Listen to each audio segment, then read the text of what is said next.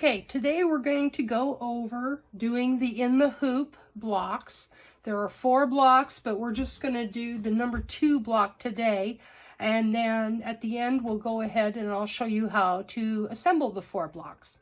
So this is set up for your 5x7 hoop, but it also fits in your square hoop. So if you want to save a little bit on your stabilizer, go ahead and switch the hoops to the smaller one. And I just have tearaway stabilizer. You can also use cutaway, but this is what I have, so I'm using it. Okay, and the first step, it's going to give you a placement stitch for your batting. So we'll go ahead and do that.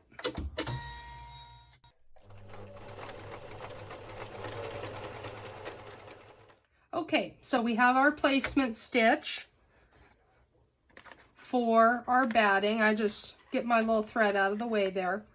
And I don't even take the hoop out for this. I just lay my piece of batting in there. And this is a piece of 80-20 poly cotton batting. You can use cotton, bamboo, any low loft batting will work. So we're going to go ahead and do our next stitch, which is the tack down for the batting.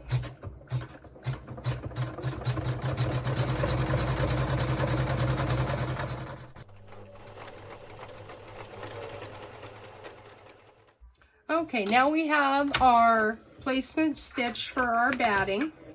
And so what we're going to do now is take your curved scissors. If you have duckbills, you can use those.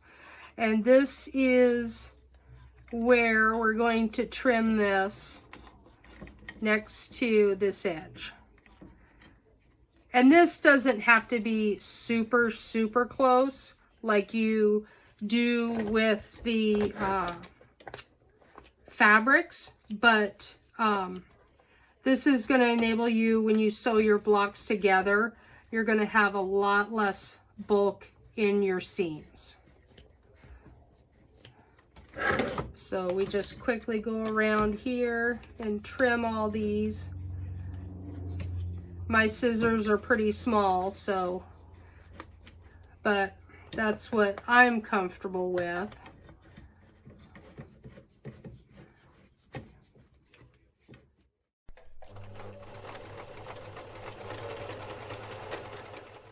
Okay, perfect. So we're going to place this back in the machine now.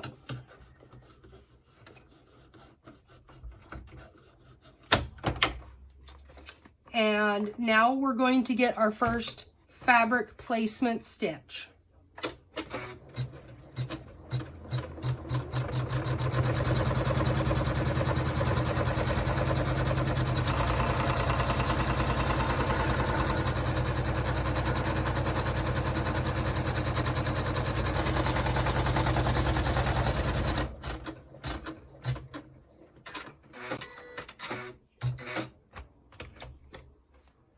And once again, if I'm not trimming, I just don't even take the hoop out.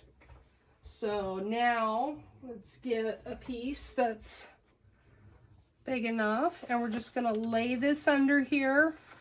As long as you've got all your edges covered, it kind of sticks to the batting, so I've never found a reason to pin, but if you feel more secure with that, go ahead. It's not going to hurt anything.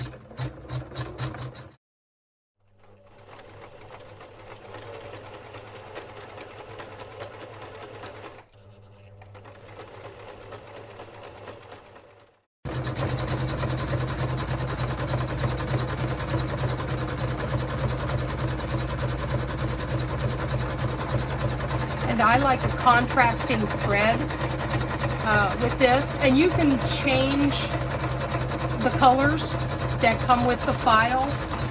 Personally, I just leave the same color in. It just saves you a little bit of time.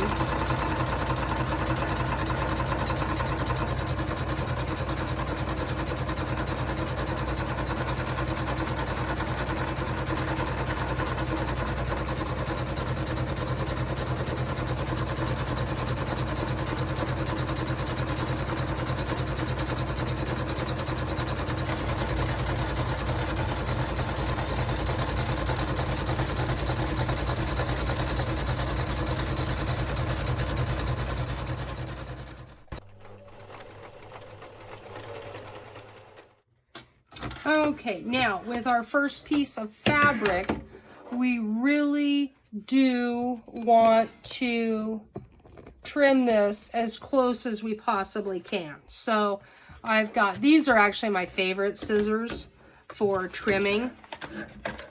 And what we can do, I'll get this up here so you can see it.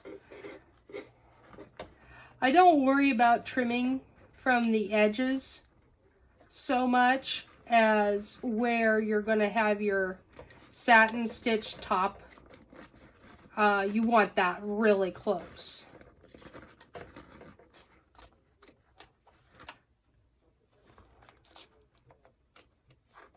And that's where these little scissors or your duck bills, they really come in handy. So really all we need to trim is that little line there, because that's where your satin stitch is going to be. Okay, we'll put this under one more time, and it's going to give us our second placement for our fabric.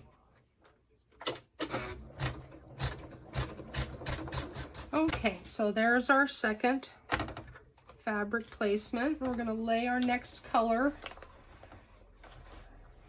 right under there. Make sure we've got our edges, everything's covered, and we'll go ahead and stitch this down.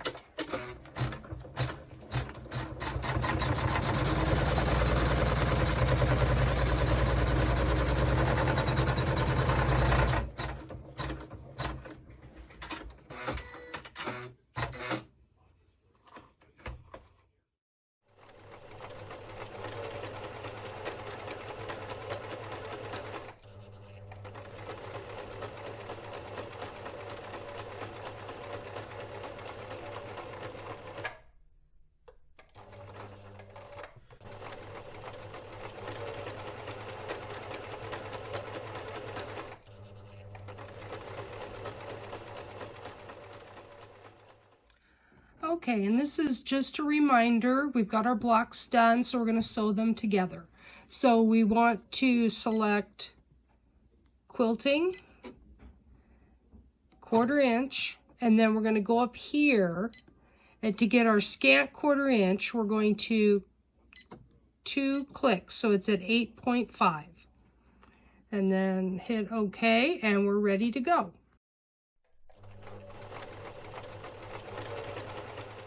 Okay, so we've got our blocks done. We have the wave is number 1, circles number 2, diamonds number 3, and the K on its side is number 4. So let's go ahead and we're going to piece these blocks and do our 1/4 inch, scant 1/4 inch seam allowance. I've got my O foot on, so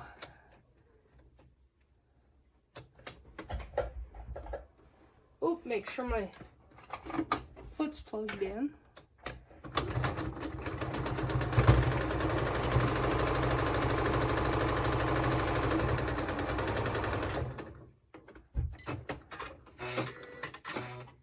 Okay, so there's that. And we're going to go ahead and press that to one side. Okay, and then we're going to do the bottom. Okay, now we're going to press our, or sew our second 2 seams together in the scant 1/4 inch seam allowance.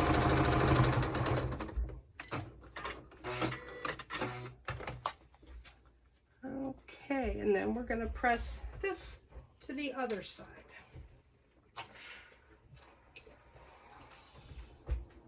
Okay, now we've got these 2, lay them on top of each other, and we're going to nest those center seams. And probably be a good idea just to put a pin in here just to keep those together.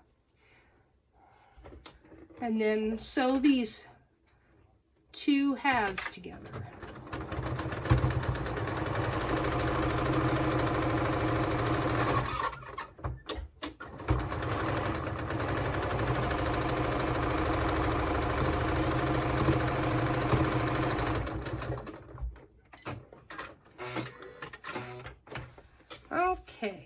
pull our pin. And let's press this flat.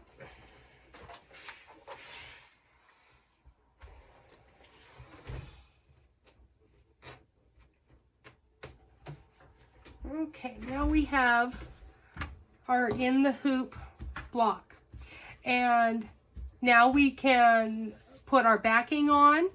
And if you just want to stitch the 4 quadrants in the ditch, you can do that, or you can stitch around each block separately, whatever you prefer.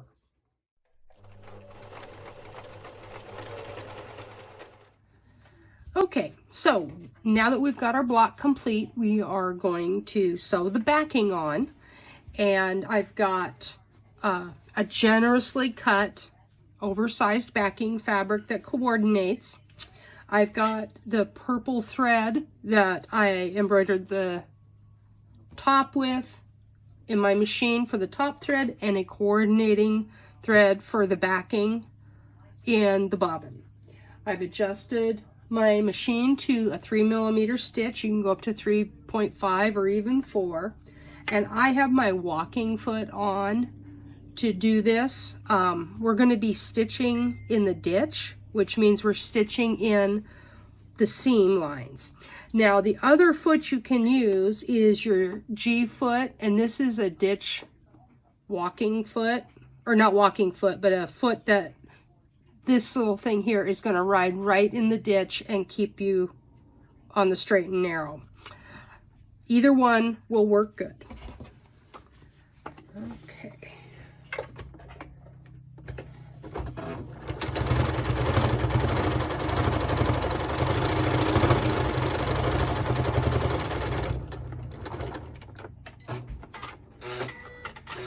Okay, there's our first center seam, and let's do our second one.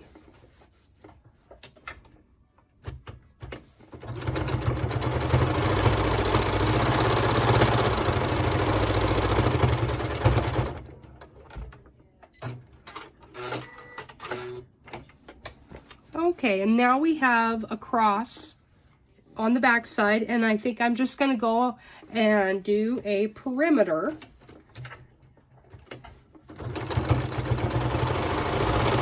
And we're just going to follow the stitching line that's already there.